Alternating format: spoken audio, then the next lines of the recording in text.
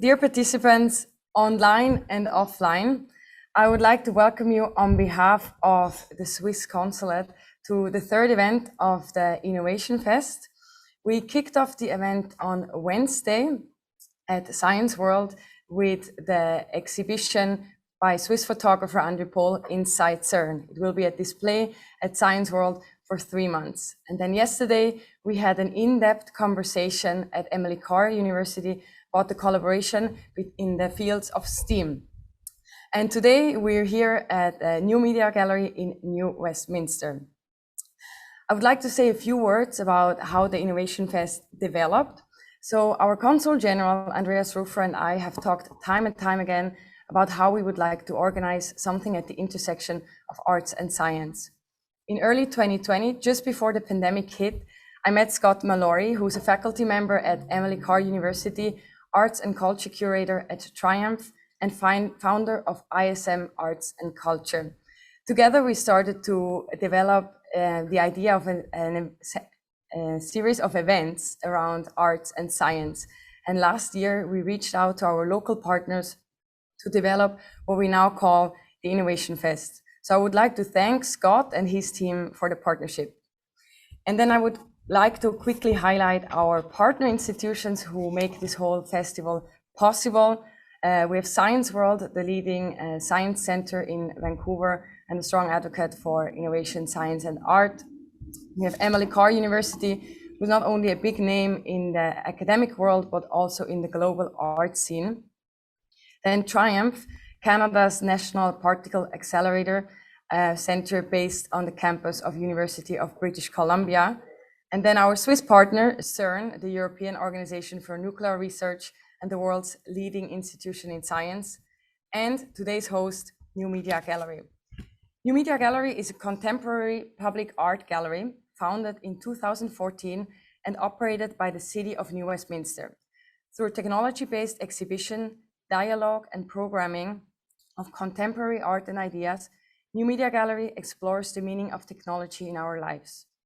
New Media Gallery Lab explores how programming and teaching with technology can support creativity, critical thinking, and the creation of meaning. We'll hear a bit more about New Media Gallery after the panel discussion. So, and they're not only today's host, they're also featuring an exhibition that starts on June 4th. It's called Indivisible, and it's featuring 2 artists from former artists in residence from Arts at CERN, the cultural department at CERN. And with that, I would like to give it to today's moderator, my colleague, Senior Science Counselor Urs Obrist at the Swiss Embassy in Ottawa. We'll quickly set up the mic, so spare with us for a few seconds online, and then we'll do the transition. Thank you so much.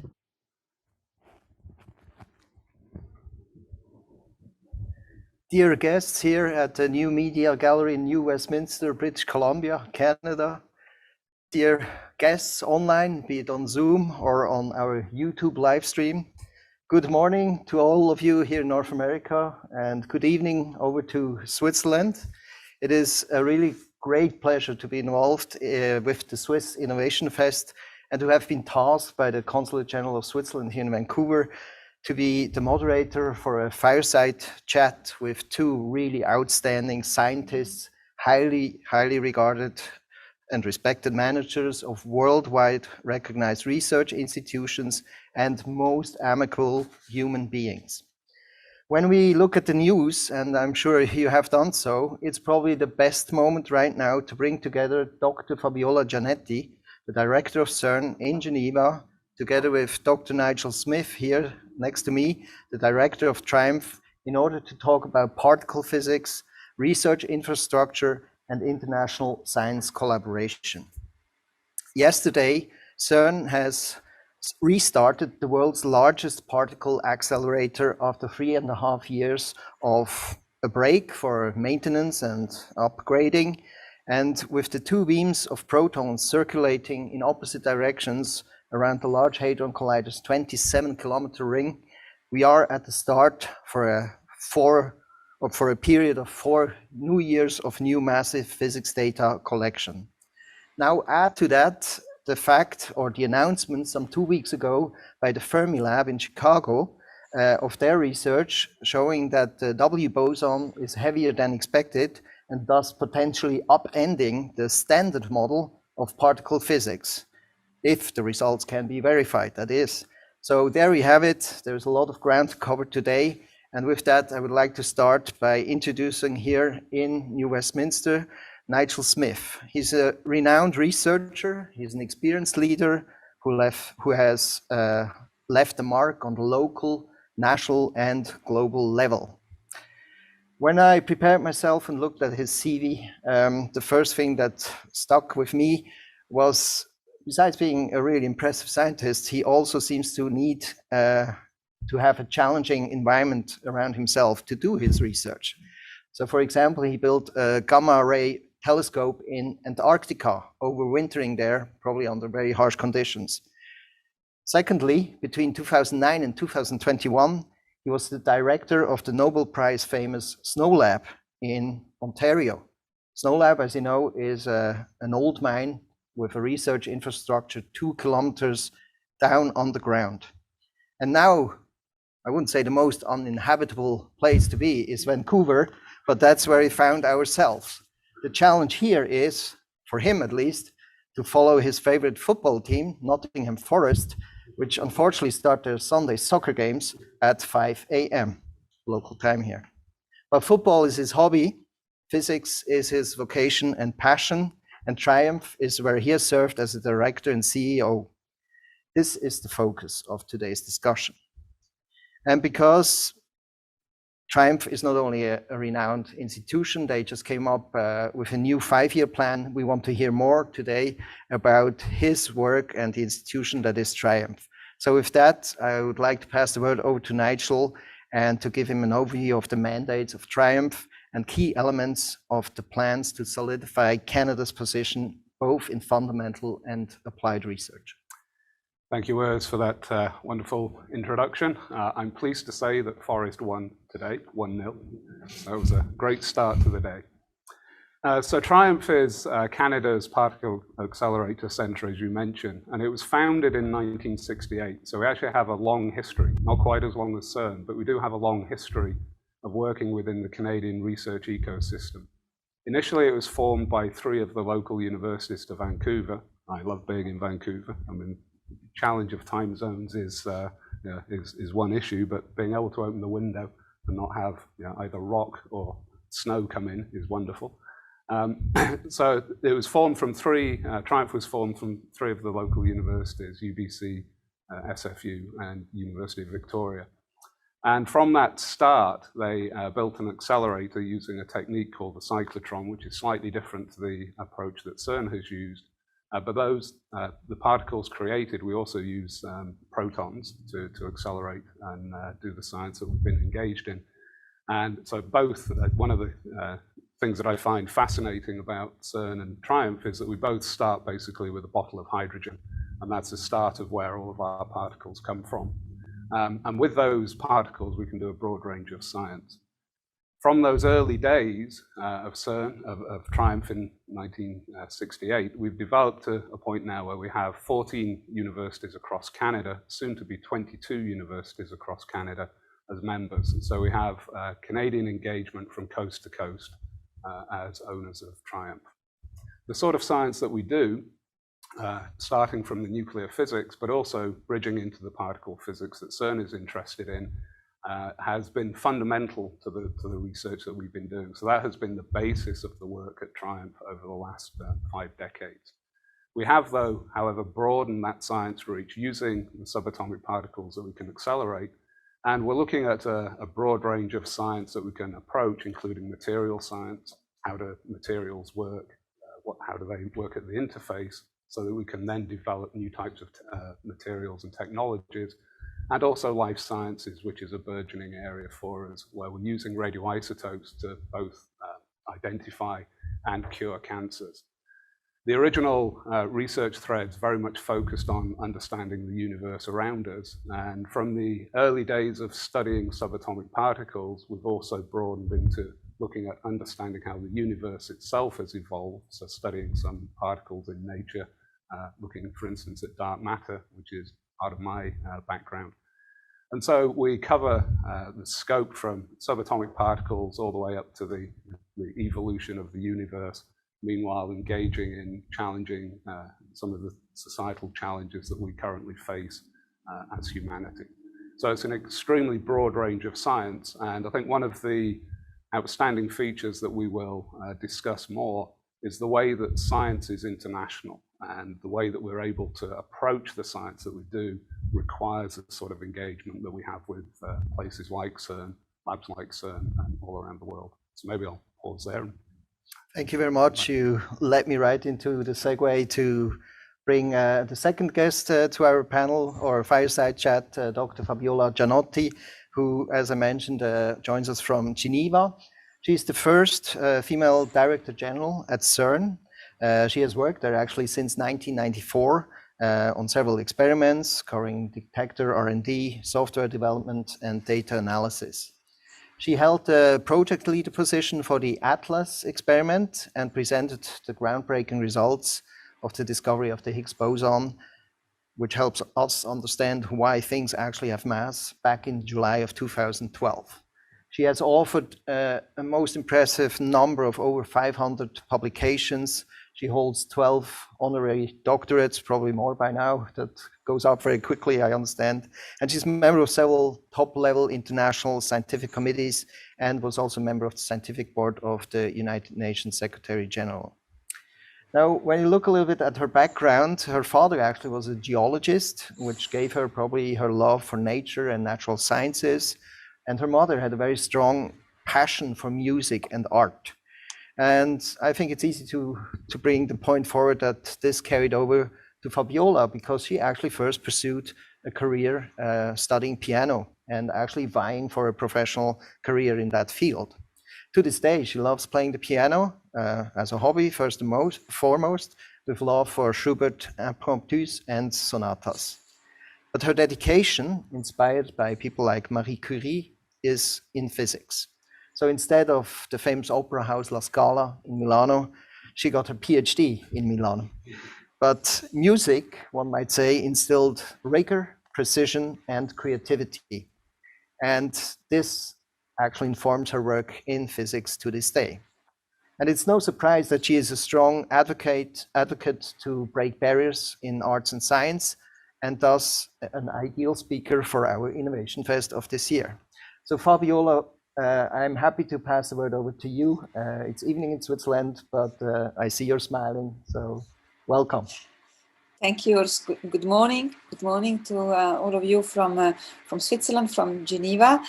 Thanks a lot for the very nice introduction. I'm very pleased to take part in this nice event. So maybe I can say a few words about CERN. CERN is 14 years older than TRIUMF. It was founded in 1954 with the twofold goals of, on one end, bringing back scientific excellence in scientific research in Europe after the disasters of the wars, and also many scientists have left Europe during the war. So there was a need of establishing a high-level research center for science, and also to foster peaceful collaboration between European countries after the divides of the war. So today CERN has essentially four missions. First one is to do research in particle physics, and particle physics is the most elementary of all sciences because it studies the fundamental constituents of the matter and of the universe. The second mission of CERN is to develop cutting-edge technologies. Actually, this is a byproduct of our scientific objectives, because in order to study the elementary particles, we need to build very complex instruments, sophisticated instruments, three main instruments: particle accelerators, particle detectors, and big computing infrastructure, and to develop a huge number of technologies in various fields. that range from superconducting magnets to fast electronics, from vacuum technologies, cryogenics, etc. And these technologies are transferred to society free of charge, because open science is enshrined in CERN's convention. So when the web was developed at CERN in 1989, it was made available to everyone, for everyone to use and further develop free of charge. The third pillar of our mission is education and training, so training of tomorrow's scientists, and also education of high school students and teachers, and in general outreach and communication of science to the public. And last but not least, collaboration across borders. So the initial goal of the founding fathers of CERN was, establish peaceful relations in Europe, and now CERN is a worldwide lab. It attracts some 17,000 scientists from all over the world, some 200 from Canada, representing more than 110 nationalities. Some of the scientists actually come from countries that are not the best friends of each other, and at CERN they work together, animated by the same passion for knowledge. Today, we run the Large Hadron Collider, which was already mentioned, is the most powerful accelerator ever. As you know, is an accelerator hosted in a 27-kilometer ring, 100-meter underground, across the borders between Switzerland and France. And in 2012, it allowed the discovery of the Higgs boson. So on the 4th of July this year, we will be celebrating the 10 years of the Higgs boson. At the moment, in parallel to running the LHC, we just started the third and last period of the standard initial LHC. We are upgrading the LHC to be able to run with more intense speeds.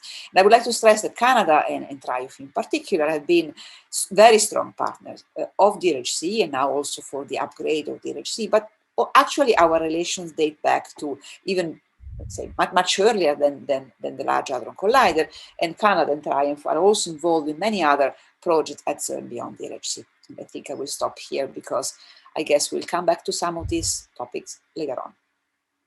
Thank you very much, Fabiola.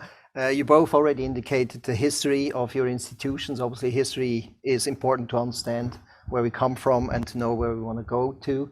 I think it's very key to understand, both from your institutions, how you have evolved in terms of your topical foci. It wasn't just nuclear physics that you want to branch into, but you expanded efforts to become more multidisciplinary. So not just particle physics, also molecular science, material science, and even nuclear medicine, isotopes is what you have heard of. And you mentioned it, the membership of TRIUMF within Canada has expanded to 14 universities, soon to be expanded. In CERN, a similar situation with direct members, associated members, and that already indicates the significance, obviously, of collaboration. What we have heard yesterday at the Innovation Fest was science is not just the person sitting in the ivory tower studying the formula and whatnot, but it's about communication. And for my next question, I certainly want to start with you, Nigel, and learn a bit more how the collaboration between TRIUMF and CERN came about. And Fabiola, feel free to join us in the conversation as well. I think the start to the collaboration really comes from academic interest, but it then has grown.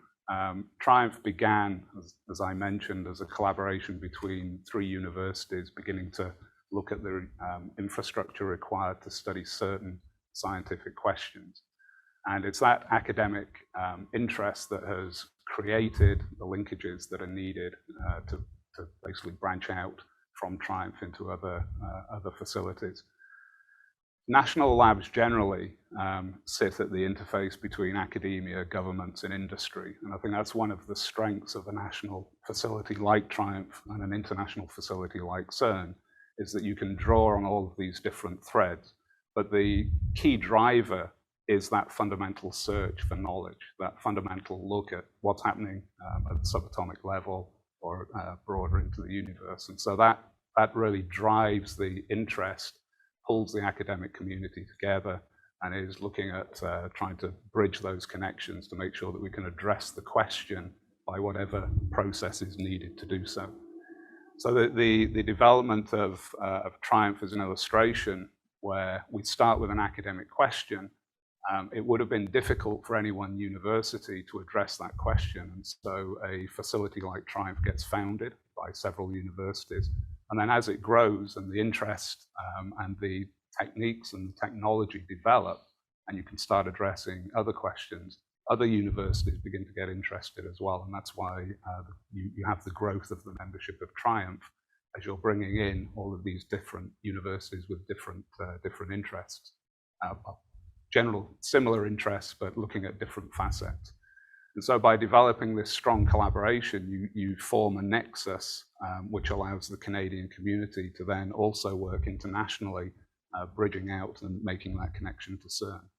So as Fabiola mentioned, TRIUMF and CERN have been working for many years together, addressing some of both the scientific questions, but also, as I mentioned, the technological questions. So the techniques used to accelerate these particles, the accelerators themselves, TRIUMF has expertise in certain areas, things like superconducting RF cavities that need to be used to steer these beams. We have developed a cyclotron technology, which actually appears in many hospitals, because the cyclotron is used to create medical isotopes. And so that reinforces what Fabiola was mentioning in terms of the technology that can then be translated into other areas, such as medical isotopes. So I'm going on a bit, but yeah, maybe I'll transfer over to Fabiola. But so I think the initial driver is that quest for knowledge, but obviously that then connects to the four threads that Fabiola was describing at CERN in terms of knowledge, technology, people, and collaboration. Mm-hmm. Would you like to add something to that, Fabiola? Well, I think Nigel said it very well, and clearly physics is the driver. And then, of course, it's the role of laboratories like TRIUMF and CERN to also enable the worldwide community, the Canadian community in the case of TRIUMF, the European community mainly in the case of CERN, through the development of technologies that allow the physics to be made at the end, and the physics objectives to be accomplished. And so we've been working together for years with TRIUMF in many domains, technological domains that go from magnets to superconducting cavities, from high power target ion sources, etc., for isotope production, etc. So, and I would like to stress that actually the participation of TRIUMF in CERN physics program is not only the LHC, but as I said, also they are very active in studies of antimatter, in study of isotopes. They have a facility at TRIUMF, but there's also one at CERN, which are quite complementary. In other experiments that look, for instance, at very rare decays of the known particles and try to see if there is any deviation from the expectation of the theory that we know, the standard model. So it's really broad participation with a very vast scientific interest. And so the two things, say, science and technology, actually are a very good match, and they go hand in hand. Thank you. And I think your statements already indicate the value on the technological side. You are obviously impressive research facilities, but coming from the embassy as a science counselor, for me, the personal aspect plays an important role as well. We keep a strong eye on the numbers of Canadians who are over in Switzerland working at Atlas, because they're important people for us to know. And similarly, we are always happy to hear of Swiss scientists here at TRIUMF, because in a way, they're also people that can help our goals and intentions when it comes to science diplomacy. Before we go to science diplomacy and international science collaboration, going towards the topic of people. I know you, Fabiola, are a strong advocate for diversity in the workplace. This is a topic that here in Canada has been around for a long time, and in Europe it catches on as well. Can you elaborate a little bit on the ways and means how CERN tries to promote diversity and what the mindset is behind promoting diverse workforces, both at CERN and at TRIUMF? Yeah, thanks for the very good question. So already the number that I gave at the beginning, the fact that we have scientists, 17,000 scientists representing 110 nationalities, already gives an idea of the importance of diversity at CERN. So CERN, like TRIUMF and like this public research institution, is a very open place, is an inclusive place where people feel welcome, where people can exchange ideas. The CERN cafeteria is a very well-known place in the scientific world, because it's a place where people from all over the world meet together, but also, you know, Nobel Prize winners with the younger students, and they chat, they discuss, new ideas are developed. So I think that CERN is a very open environment that really attracts people, in particular the young people. Concerning gender diversity, you know that very often well, there's still a lot to do, and usually when people ask the question in the hard sciences, what is the fraction of women, typically the answer is 20%. This seems to be a constant of nature for the hard sciences. There are more women in biology and other sciences, but for the life sciences, but for the hard sciences, typically 20%. CERN has put in place a certain number of initiatives in order to attract more women, and to make also building some infrastructure that help women at CERN to say work at CERN, and also having a family life and reach the good work-life balance. We have a nursery on site, etc. We also monitor the careers. But I'm very happy to say that in my management team, the women are 40% of the full management team, which is of course a very good thing. So in general, I think it's very important that we continue to be open, but also try to help the minorities, be they gender minority, geographical minorities, or people coming from countries that are not so advanced in science and technologies, and trying to reduce the gap between developed and developing countries. So I think it's also a moral duty for research infrastructures like CERN and TRIUMF to help reduce the inequities across the world through science, through open education, to science education accessible to everybody. So of course, free of charge, because if you have to pay, then of course you immediately create inequities. I think I stop here.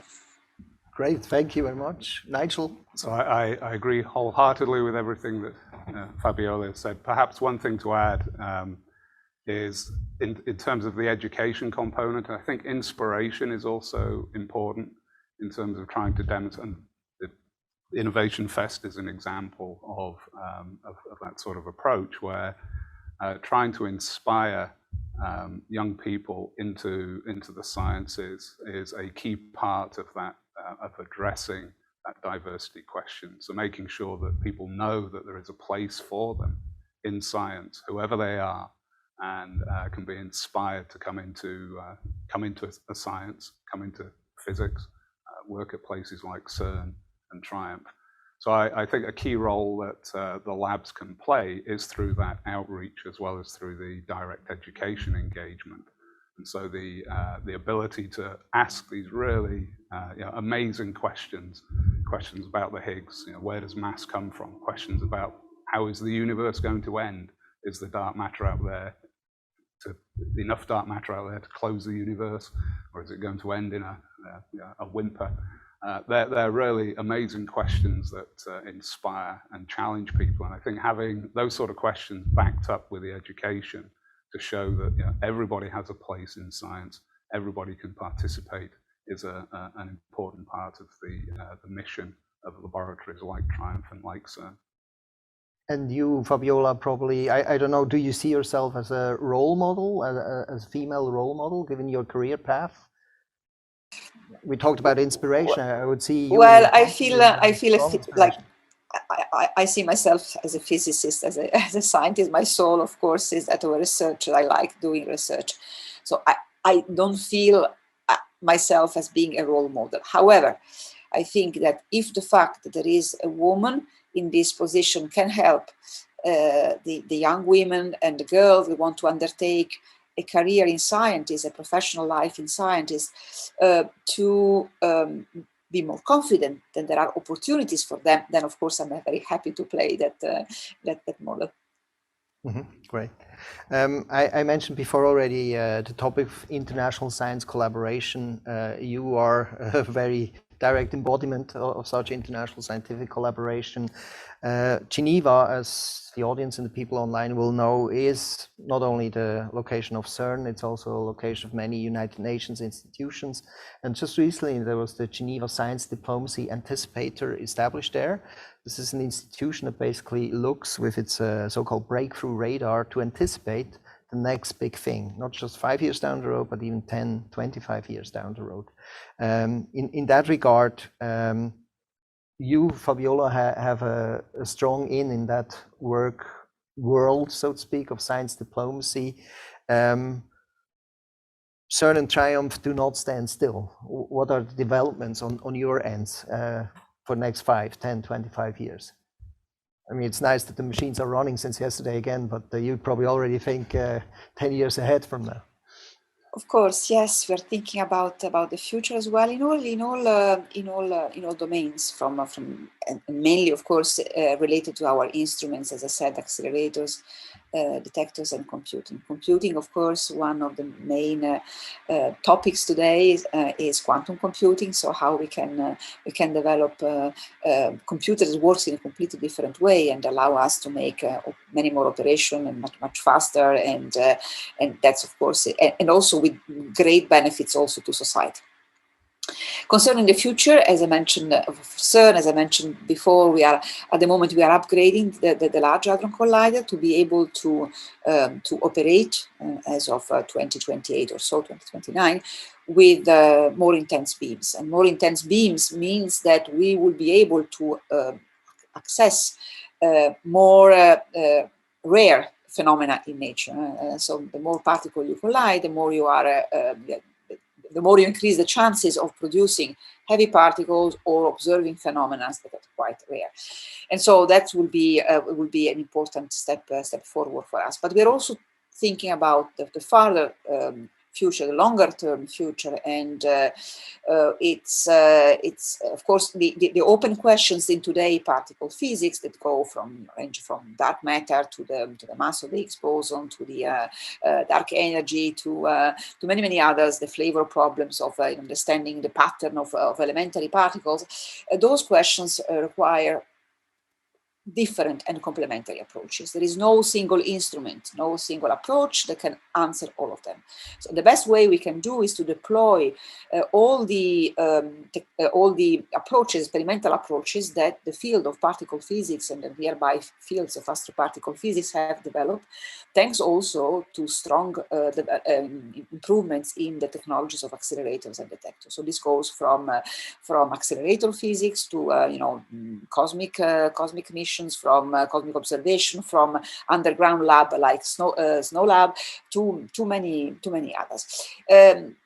Accelerators will play their role. Will continue to be important instrument and essential instruments, together with many others. For instance, there is only the Higgs boson can only be produced at accelerators, and this particle is so special in its features. We call these quantum numbers in physics, in the way it interacts, and in its role, the role of giving mass, which is completely different from the role of other particles, that it must be studied in all detail. So we are thinking of a next big accelerator, which will be not only bigger than the DLHC, but also more powerful. At the moment, there are many options on the tables, but the one that has been selected by the European Community of Particle Physics for a feasibility study is what we call Future Circular Collider. So it's a ring, a 90-kilometer ring in the Geneva, France region, and with more powerful magnets, etc., which will allow to, say, multiply by 7 the collision energy of the proton beams. So you said 100 kilometers. Yes, Right. But it's still at the level of feasibility study. It's not an approved project. It's one of the many possible projects. And at the moment, we are performing a feasibility study of the tunnel, of the funding, of the technologies. And then we'll see if the project is approved, or if we decide to go in another direction. Are you looking and eyeing in that scale range in terms of future development? Perhaps not 100 kilometers of Vancouver real estate, but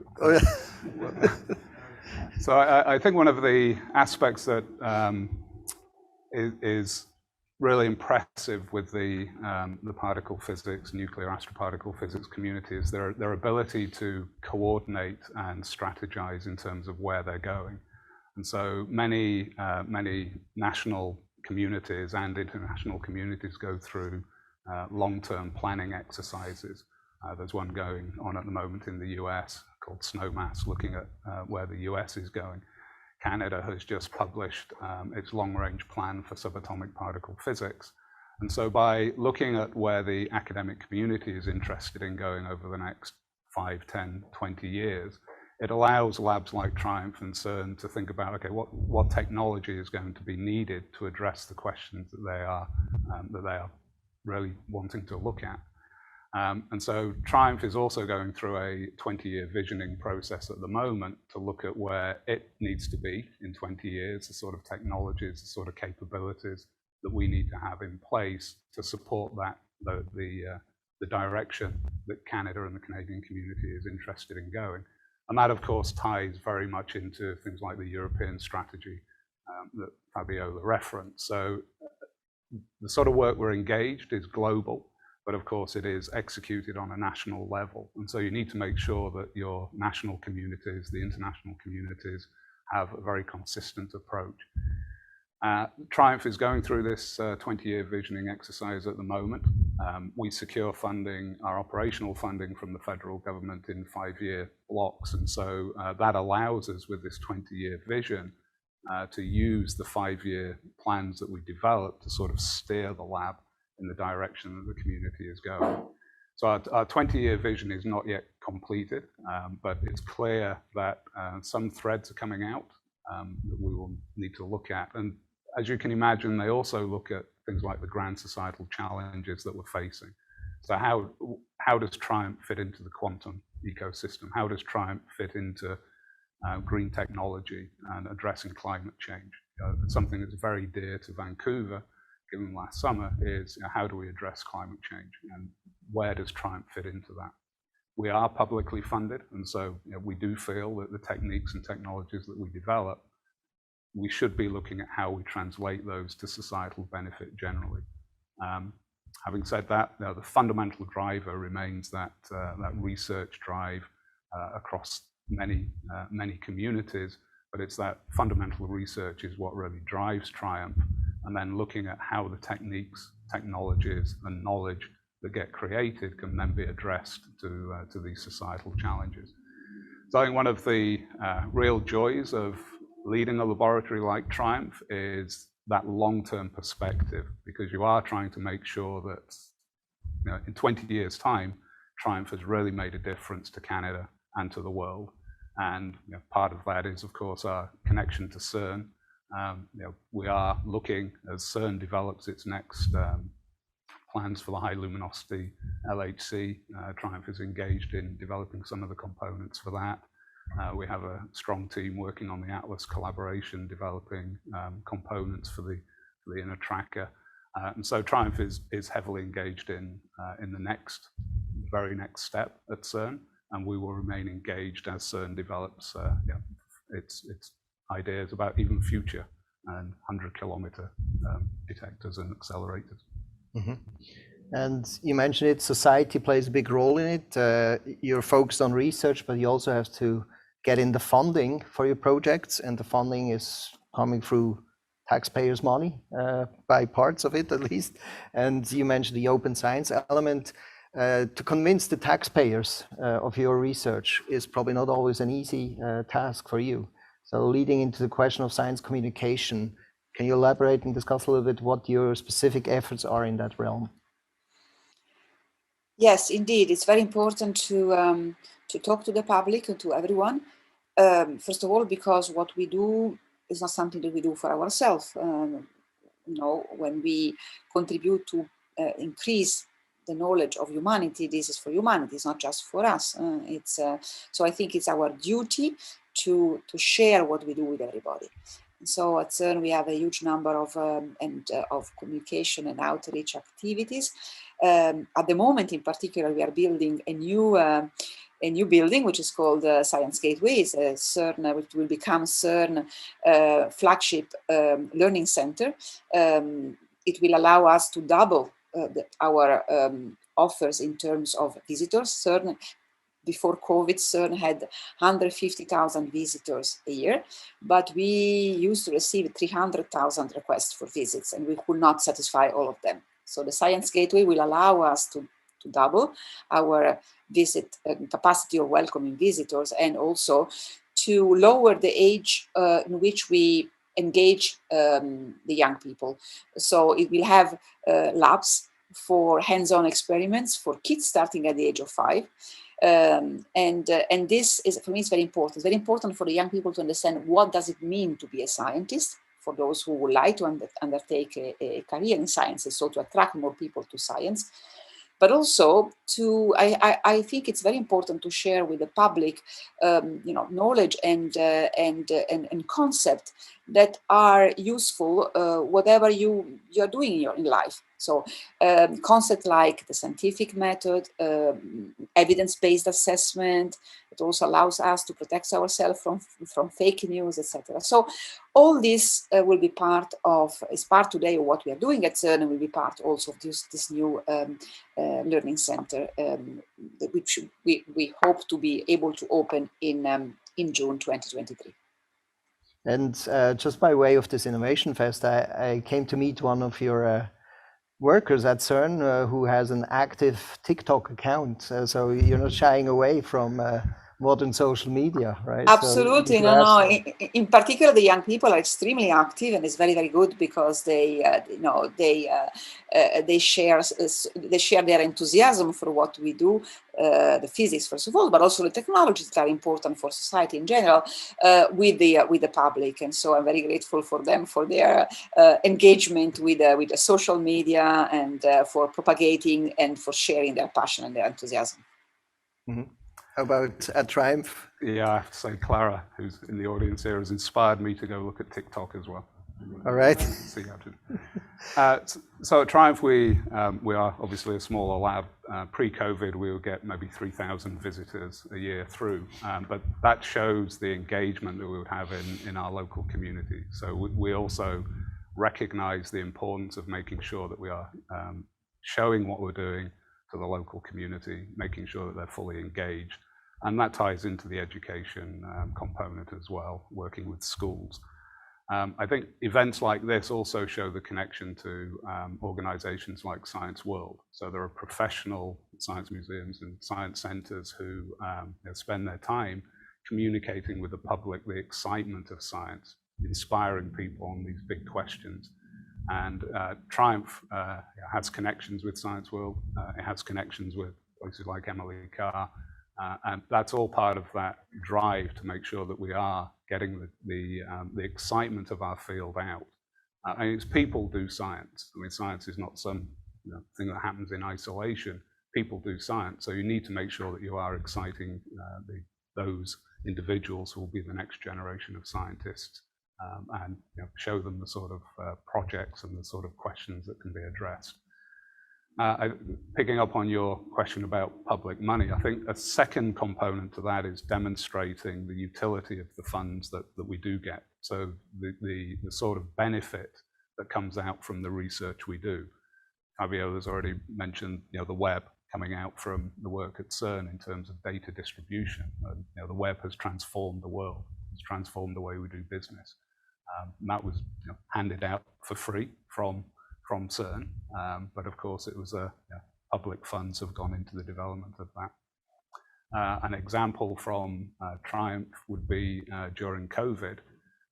There was if you remember at the start of COVID, prior to having vaccines, the ability to support people with ventilators in hospitals was an area where there was a bit of a crunch.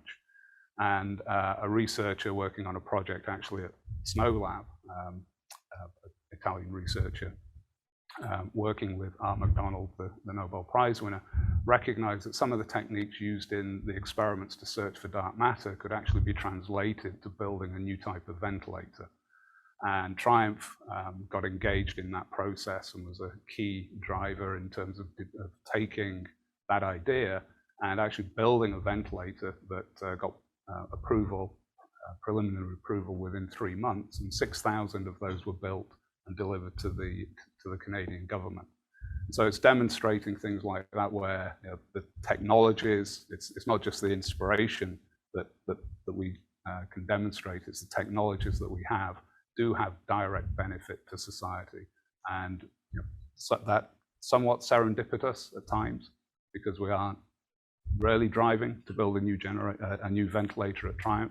It's just the fact that we have the skills and the expertise and the capabilities brought together with the capability to look at a question from a different way and translate that into something for societal benefit. Mm-hmm. Great, thank you very much. And yeah, speaking of communication, we actually have an open chat. If somebody out there in the ether has taken us up on the opportunity for asking a question, this is the open floor now. Feel free to send us your questions, and we try quite spontaneously to see if we have one right here. Yes, there's one coming in. Very good. So this is from Jennifer Sponer, which sounds very Swiss, but she's at UBC. She says, in my research in drug discoveries and protein chemistry, technologies such as quantum computing from CERN would be instrumental. I'm happy that the director mentioned it. I wonder if TRIUMF and CERN have data scientists focused on AI in their data analysis. And to Fabiola. Yes, we do. We have people, expert people working on AI. We actually use already AI, for instance, in some components related to the operation of the Large Hadron Collider, which, by the way, you can see here behind my shoulders. And techniques similar to AI are used in data analysis. So yes, there is a strong commitment, a strong involvement in AI. Mm-hmm. Do you have directions? Yes, very similar. And so both in terms of looking at the application of artificial intelligence to the way that the accelerator is utilized to try and optimize it. AI is being applied there. We're also developing at the moment our plans around quantum computing. So there are technologies that TRIUMF has that may be directly applicable to things like quantum computing. That, of course, is a growing area globally. Canada has a quantum strategy being developed, and so we are looking at where we fit into that strategy. But clearly a burgeoning area. Mm-hmm. Right. I had another question, kind of going back to one of the other aspects from before, and talked about the public and its contributions, and that's a piece of open science. You had mentioned that, Fabiola, a bit earlier. Can you discuss in fairly broad terms why open science is so important and pertinent and relevant? Open science is important for science itself, because if you share the data, if you share the knowledge, of course, you can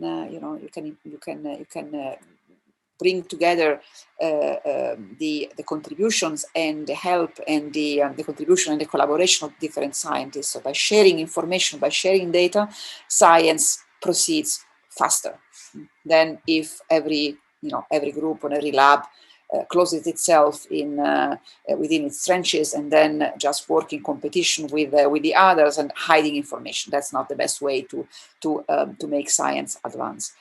But it's very important also to reduce the inequities across the world, because it's very important to bring on board also people, scientists, and countries that are less lucky than developed countries that are at the forefront of science and technology. And so it's absolutely essential for having a more equitable world, a more equitable society. So it's important for science itself. It's important for humanity. Right. I would just amplify that access for everybody to scientific results is essential. And as Fabiola says, it goes back to that ability to ensure that everybody has the data needed and the information needed to develop scientific approach around the world. Mm-hmm. Great. I think we are slowly coming to the end of today's conversation. The virtual fire in front of us has been lit to a degree, I would say. I think from the statements we've heard, all in the room will understand there's still lots of science ahead of us. I think 95% of dark matter is still pretty much unknown. I think you, Fabiola, called this an embarrassing fact for scientists. So on one end, but also very exciting because there is a lot of work to do. So it's very good. Of course, there's opportunity in that as well. Before I pass the microphone back to my colleague, I would like to... Oh, there's one more question. Excellent, very good. I'm happy to take that question. Thank you. This is directed towards you, Fabiola. When you play the piano, have you ever had the experience of ideas, answers coming into mind in relation to your physics research? Yes, of course. But not only when I play the piano, an idea, and the solution to a problem can come also when you are queuing up at the supermarket waiting for paying. And so it's, and the longer the queue, the more time you have to think. So usually, no, absolutely, when you do research, you are all the time, your mind is all the time there, and there is a problem to solve, which is what happens every day. And when you do research, you have to address problems at every moment. Then, then until you have solved it, it's in your mind and doesn't leave you in peace. So yes, when I play sometimes, but also also during any other moment of my life. I'm not sure if the attribution is correct, but was it Einstein who said something with regards to Beethoven music and physical sciences can be understood as such, but music, even though a lot of physics is in it, is much more that goes to it. So maybe that draws into that. And going back to the topic of soccer, I mean, I always thought, what is the line I can bring in when it comes to spin, from W bosons up to a soccer team's best free kick to, I don't know, the big bounce. I don't know. Do you have any idea on that? Bend it like Beckham, I guess. Bend it like Beckham, okay. Spin it like Beckham. Good, great. So if you're out of question, I think that's a good point to conclude. As I mentioned, I would like to really, from the bottom of my heart, thank for your time, Fabiola over in Geneva, and you, Nigel, here, and ask the audience that we have with us here, and whom I would like to thank for their participation, to join me in thanking our two speakers this morning.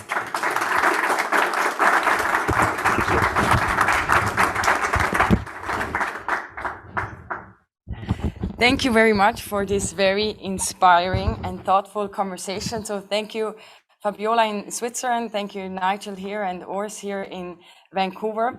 And with that, I would like to pass on the word now to Sarah Joyce. She's a curator here at New Media Gallery, and she will say a few words about New Media Gallery. Sarah, the floor is yours.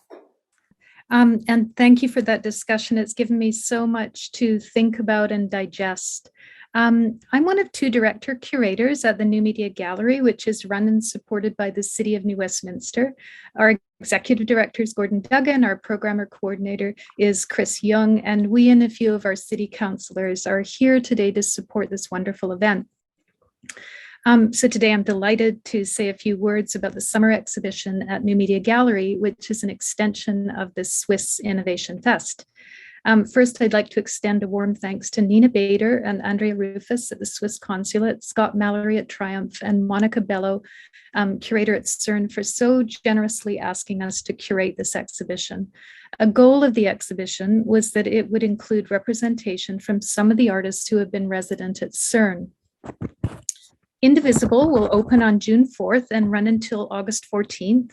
We're proud to announce that we have 4 phenomenal artists: Young-Chul Kim from Korea, Semiconductor UK, Rafe Baker from Germany, and Richard Vijgen from Netherlands. The 4 installations in the exhibition will make us aware of hidden landscapes. They'll reveal hidden dimensions and matter at the same time, capturing the sort of indivisible nature of our invisible and visible world. The first artist in the exhibition is Young-Chul Kim. He is at this very moment opening at the Venice Biennale, where he represents Korea. The photos look great from that, they just come out. He's an accomplished artist, electroacoustic music composer, and founder of Studio Locus Solus in Seoul. And he's the winner of the Collide International Award from CERN, where he was resident. His stunning work, Argos, was created as part of a CERN residency. Argos is the name of the many-eyed giant in Greek mythology. Young-Chul Kim's work consists of Geiger-Müller tubes, glass, aluminum, and microcontrollers. It's a sort of glittering cosmic ray detector. When invisible muon particles collide with Argos, it flashes light and transmits signals. The next work is by duo Semiconductor, which is Ruth Jarman and Joe Gerhardt. Over 20 years, they've created work which explores the material nature of our world and how we experience it through the lenses of science and technology. They were awarded a CERN residency in 2015. Their mesmerizing HD single-channel installation, Through the Ages, was created when they were resident at CERN. The work is a space time lapse that explores how we make sense of nature through the language of science. Captured by the Aegis experiment at CERN, the work allows us to visualize pions, I hope I've got that right, protons and nuclear fragments flying out from annihilation sites. These particles ionize a photographic plate, which, when developed, reveals their trajectories over time. It's a really stunning work. Next, we have Rafe Baker, who poses questions about complex systems and their entanglements, provoking new imaginaries that combine the technological, the artificial, and the real. Baker has created Mirage. It's a projection apparatus that, through something called a fluxgate magnetometer, generates a synthesized landscape. It registers the magnetic field of the Earth, which is dependent on the Earth geodynamo and its interactions with the sun, and feeds this into an unsupervised learning algorithm. The strange sort of fluctuating landscape resembles some kind of dream environment. The final work is from Richard Vijgen, an artist and designer whose work focuses on data visualization. He creates multisensorial data experiences that, through technology, visualize the invisible dimensions of reality. Vijgen's work, Hertzian Landscapes, is a large-scale interactive projection and a live visualization of the radio spectrum. The work employs a digital receiver that scans large swaths of radio spectrum in real time and visualizes thousands of signals into a sort of panoramic electromagnetic landscape. Visitors to the gallery activate and change frequencies by moving back and forth in front of the work, as if controlling a radio tuner, changing both the visual and sonic components. So for those of you who are in New Westminster or Vancouver, we welcome you to the opening reception of Invisible on June 4th. Please check New Media Gallery website for updates. We hope to present an artist talk that evening, and our summer programming is going to sort of step outside conventional science and look at other ways of understanding the invisible and visible world.